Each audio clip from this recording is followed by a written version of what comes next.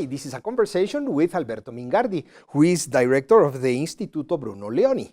Alberto, in these most interesting times, what keeps you awake in the nights? I will say the ghost of Donald Trump, in a way. Now, not because I dislike Donald Trump particularly, actually I find him very entertaining on TV, but I can't but wonder if there is not some fundamental problem in our countries, a fundamental problem in our societies that is completely at odds with the picture of politics that we as classical liberals are working on. I mean, when you think about the United States, you got, for example, a great libertarian classical liberal movement, many think tanks, thinkers, grassroots groups. They've been active for ages, I mean, trying to plant the seeds of a more libertarian moment in American politics. And yet, here comes populism even to the United States. And when you think about Europe, I mean, God forbid, you got Marine Le Pen in France, you got Beppe Grillo in Italy, you got Tsipras in Greece, Podemos in Spain. So I wonder, you know, we are spending so much time trying to make a good case for the free society, but people do not seem to be very much interested in it. Is there anything to blame? Well, that's what I cannot sleep for, basically. Well, you know, I think there are many things going on over here. I mean, we have wonderful institutions in the world. I mean, UFM is phenomenal. It's really a lighthouse for all of us. But unfortunately, we do have only one UFM in the world. And we do have, yes, many research center, institute, but they're very small, I mean, as opposed to public universities and the bulk, really, of the public debate, which is unabashedly statist and interventionist. So, of course, I mean, there is not really a balance, there is not an equilibrium between the light side of the force and the dark side of the force. The dark side of the force is really stronger. Nonetheless, for a few years, I mean, it seemed like, you know, there was something in our message that resonated with people. That people could understand, even though they were not particularly well educated, they had not a particularly well structured way of thinking about politics, but they could understand that it was good to be free, that freedom creates opportunity. Nowadays, the debate is going in the opposite direction, and I keep wondering why. I mean, maybe something that we did wrong, or maybe something wrong in our arguments.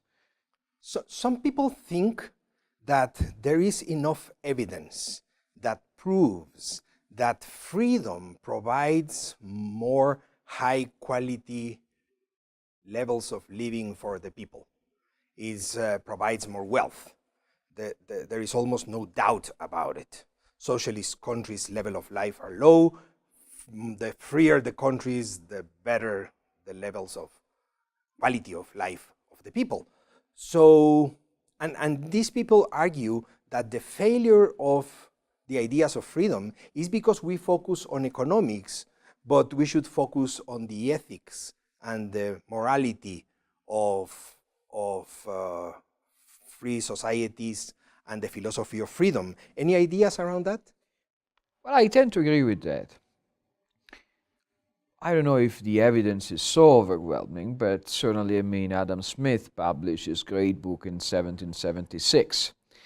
And we do have many good empirical evidence on the benefits of free trade, for example, or, you know, economic liberalizations at large. We have phenomenal historical works like the recent trilogy by Dieter McCloskey that focuses on the great enrichment. I mean, how actually the world got a much better place after the Industrial Revolution. And yet, there is a fundamental demand of a more equal society, of redistribution, which is extremely well rooted, even in freer society, even in society where, we have experimented the benefits of freedom, and even in society that, on the contrary, have experimented the problems of planning and the problem of excessive interventionism.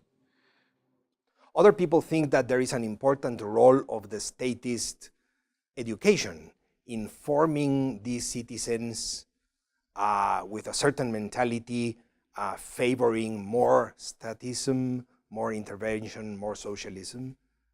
Any ideas on that? I tend to agree with that too. In the sense that nowadays, when we talk with people, people tend to assume that, the sky is blue, the sun is yellow, and you need to have government, okay?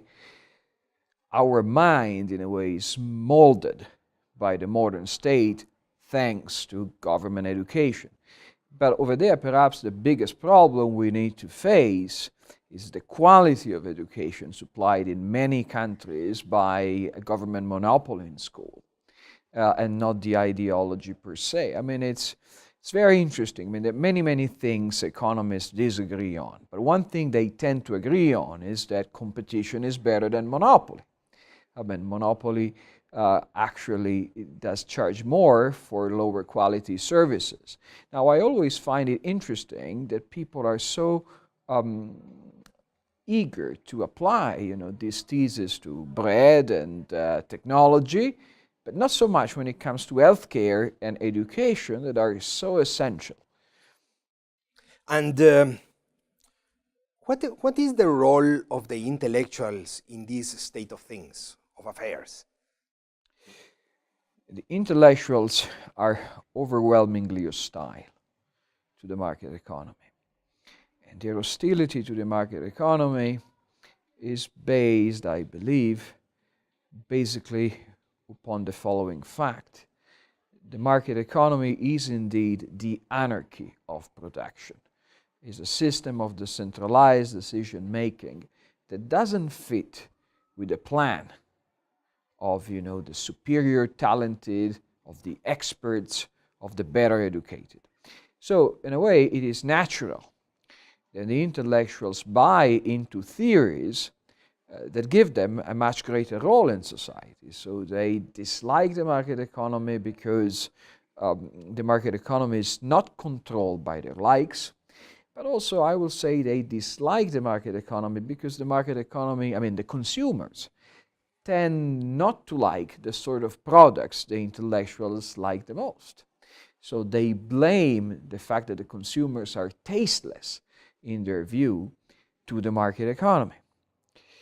But in our world, I actually wonder if the intellectuals matter that much any longer. Nowadays, everybody's on Twitter, everybody's on Facebook, and one thing that the net is producing actually is, on the one hand, far lower barriers to enter in the public debate, so to say. You do no longer need to publish in a major newspaper to be able to publish.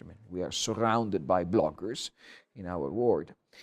But on the very same time, the net, for this reason, is fostering the idea that all opinions matter the same, which I think is a very dangerous idea, because actually when you're talking about some highly complex policy issues, gut feelings are not enough to come up with, an intelligent idea on what to do. So the intellectuals are opposed to the market economy, and that's a big problem historically for all of us, for all people of our persuasion.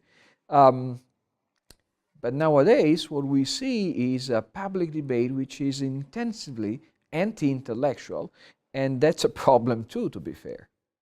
Manuel Ayau used to say something like, and I'm paraphrasing, the idea is that conflicts are usually not the consequence of bad intentions among those who are involved, but because of the issues that are discussed are difficult. Is that the case? Well, I completely agree. Sometimes there is self-interest.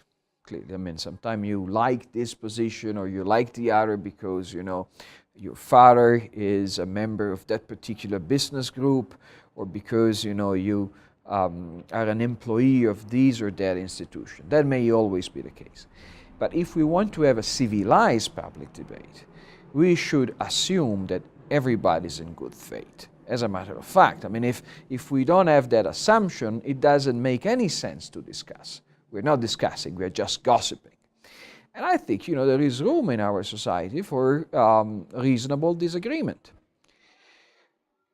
However, what actually I do fear is that there should be something on which we do not disagree that much.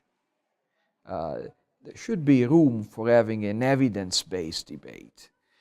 And there should be, perhaps not many, but some values upon which we all agree in a free society. Now, I'm not so sure that's the case. I think that for many people, it's not really self-interest what motivates them, to deny some basic rights related to liberty, for example, or not to consider properly the dignity, for example, of immigrants getting in Europe.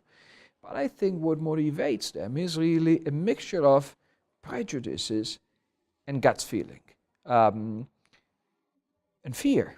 I mean, one thing classical liberals tend always not to recognize properly is the importance of fear in how people self-style their own political position. Let's say so. I think we are getting towards a political debate worldwide, in the United States and in Europe, which is dominated by fears. I think, our role, so to say, is understanding fear. I mean, I think fear is completely legitimate. You cannot just dismiss people as fascist or intolerant. You need to try to understand what's behind those political views. But at the very same time, we need to come up to some very good answer in order to make possible for people to have, a political decision-making which is not completely monopolized by their fears. Alberto, thank you for sharing these ideas with us, and thank you too.